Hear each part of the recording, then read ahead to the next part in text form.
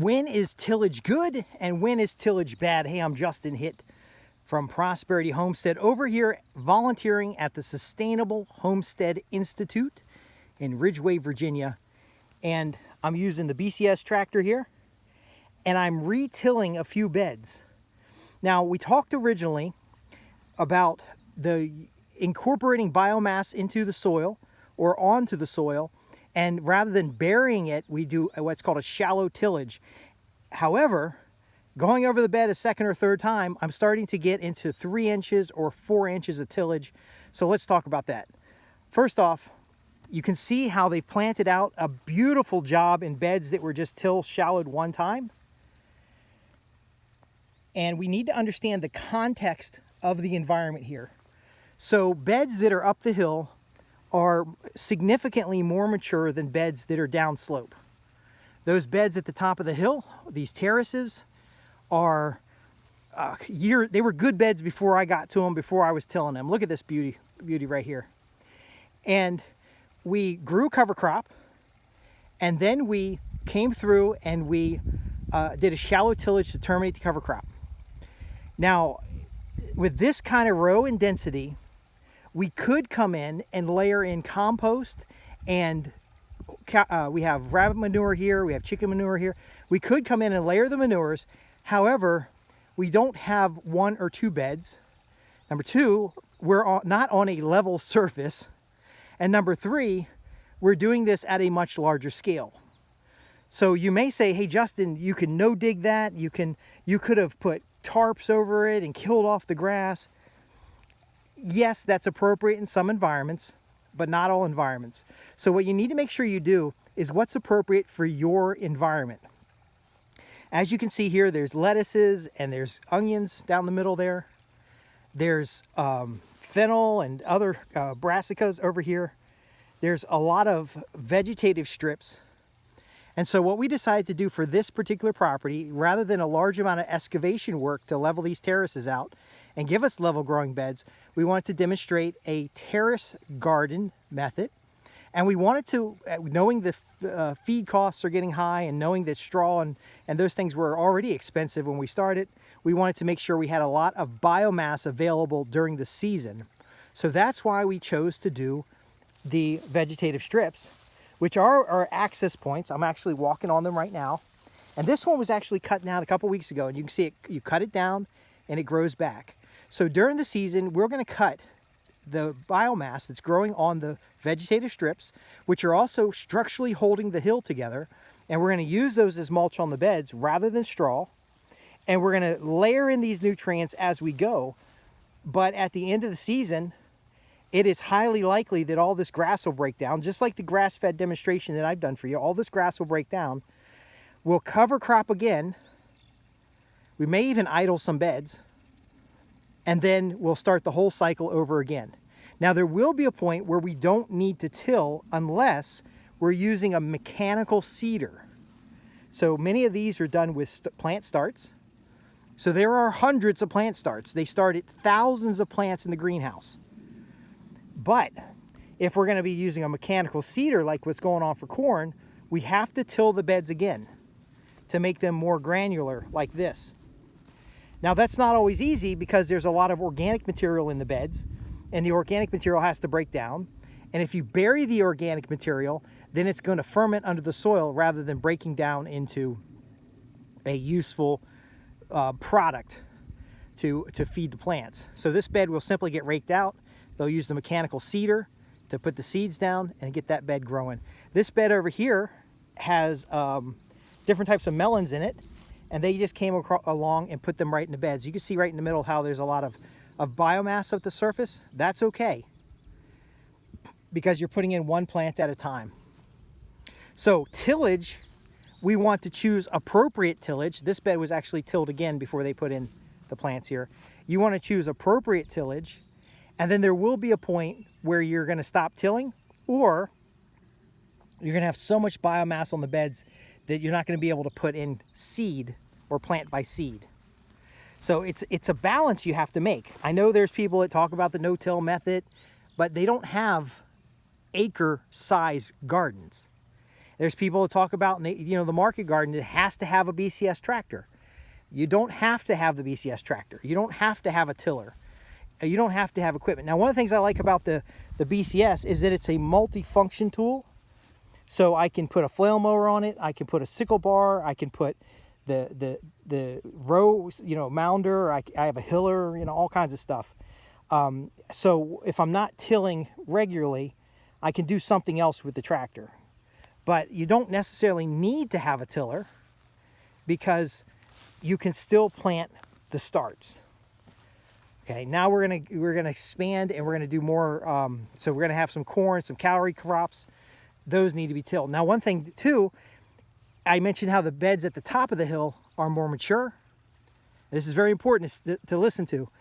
The beds at the bottom are not as mature. Now that soil looks really good because it was moist when I tilled it, but the soil down here is not very mature, and definitely the soil at the bottom. And I'm going to walk over here really quick. You see we've got our access points. We've got some different beds. We actually have wheat growing out here, some grains growing. These beds are not very mature right here. I just finished tilling these today too. So you can see a lot of the biomass in here. See all this biomass? That's tilled. That's tilled down there about 2-3 inches.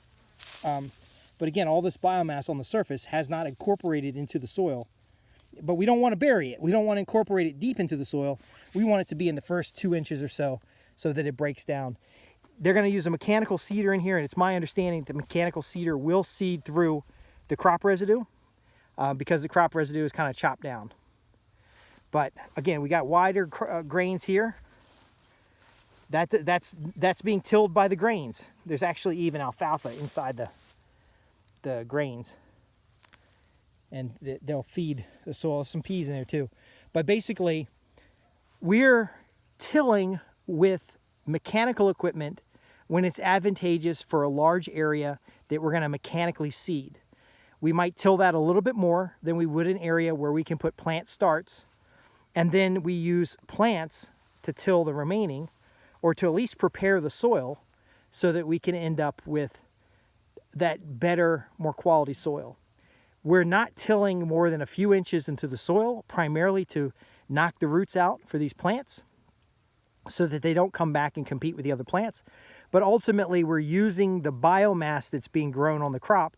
So for pretty much for every square foot of garden space, there's 1 to 2 square feet of biomass growing.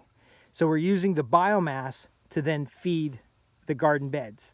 Now, if we had more labor, we could certainly come out here and do all of this like, I think it's Joe Jurgens, where they double dig all the beds.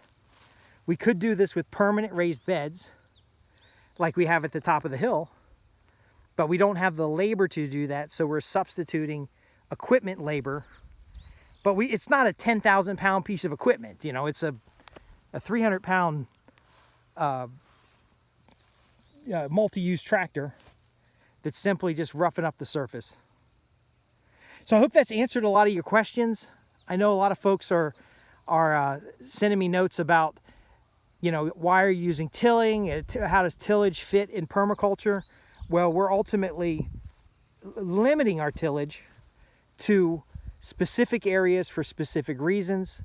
We're doing shallow tillage, which doesn't tend to produce a hardpan because we're essentially just scraping the surface of the grass. And then we're using roots and daikon radish and other plants to dig deep down into the soil and break up the soil underneath. Imagine broad forking this. You know, if this was your garden, you know, and by the way, any size garden is better than no garden at all. You need to be growing your food right now, even if it's just to understand where your food is coming from. But if you had to broad fork all of this, all of that down there, all of that up there, and all of it down here, it takes days to till. You wouldn't be able to broad fork it all. So what we do again is we have that cycle of resting the land, cultivating the land, growing on the land, and ultimately feeding the soil. So this area right here is actually cut flowers that needs some more mulch, and on the other side is wildflowers. That's likely going to be just biomass because the soil just wasn't ready for it. So folks, comment below with your questions. No question is dumb. You know, I might sound like I'm mocking some of the people that are asking questions, but just understand what works for this site is going to be different than what works for your site. You need to understand the broad scope of methodology for approaching the regenerative agriculture, holistic land management, so that you know what's appropriate for your land.